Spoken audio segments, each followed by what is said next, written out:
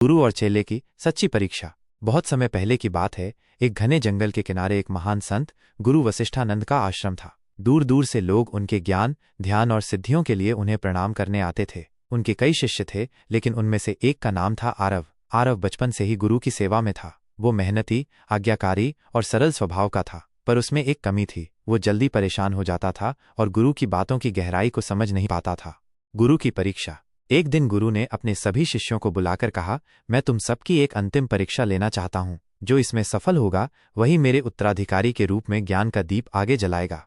सभी शिष्य उत्साहित थे। गुरु ने उन्हें एक एक मिट्टी का दीपक दिया और कहा, तुम सबको इस दीपक की लौ को बिना बुझाए अगले 7 दिन तक जलाए रखना है। जो दीपक 7 दिनों तक बिना बुझे जलेगा वही विजेता होगा। सभी चेलों ने दीपक ले लिए और ध्यान से उसकी रक्षा करने लगे। आरव भी दीपक को लेकर बहुत सजग हो गया। वो दिन रात उसकी रक्षा करता। बारिश आए या हवा चले, वो अपने शरीर से दीपक को ढक लेता। पर चौथे दिन अचानक तेज तूफान आया और उसका दीपक बुझ गया। आरव बहुत दुखी हुआ। वह रोते हुए गुरु के पास गया और कहा, गुरुदेव, मैं असफल हो गया। मेरा दीपक बुझ गया। मैं आपकी शिक्षा के लायक नहीं रहा। गुरु मुस्कुराए और बोले, बेटा, क्या तुमने दीपक को बचाने के लिए पूरा प्रयास किया? आरव ने कहा, हाँ गुरुदेव, मैंने दिन रात पहरा दिया, अपने प्राणों की परवाह नहीं की, पर हवा बहुत तेज थी और अंत में दीपक बुझ गया। गुरु ने बाकी शिष्यों को भी बुलाया। कुछ के दीपक अभी भी जल रहे थे, परंतु उनमें से किसी ने उसे 7 दिन तक स्वयं संभाल कर नहीं रखा था। किसी ने दीपक को घर के अंदर छिपा दिया था, तो किसी ने नया तेल डाल दिया था या बुझे हुए दीपक को फिर से जलाया था।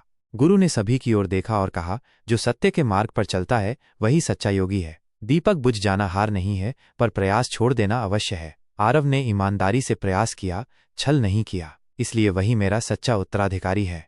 कहानी से सीख। असफलता में भी अगर प्रयास सच्चा हो तो वही सबसे बड़ी सफलता है। गुरु सच्चे मन और ईमानदारी को पहचानते हैं, न कि केवल बाहरी सफलता को। जीवन में सत्य, सेवा और समर्पण से बड़ा कोई धर्म नहीं।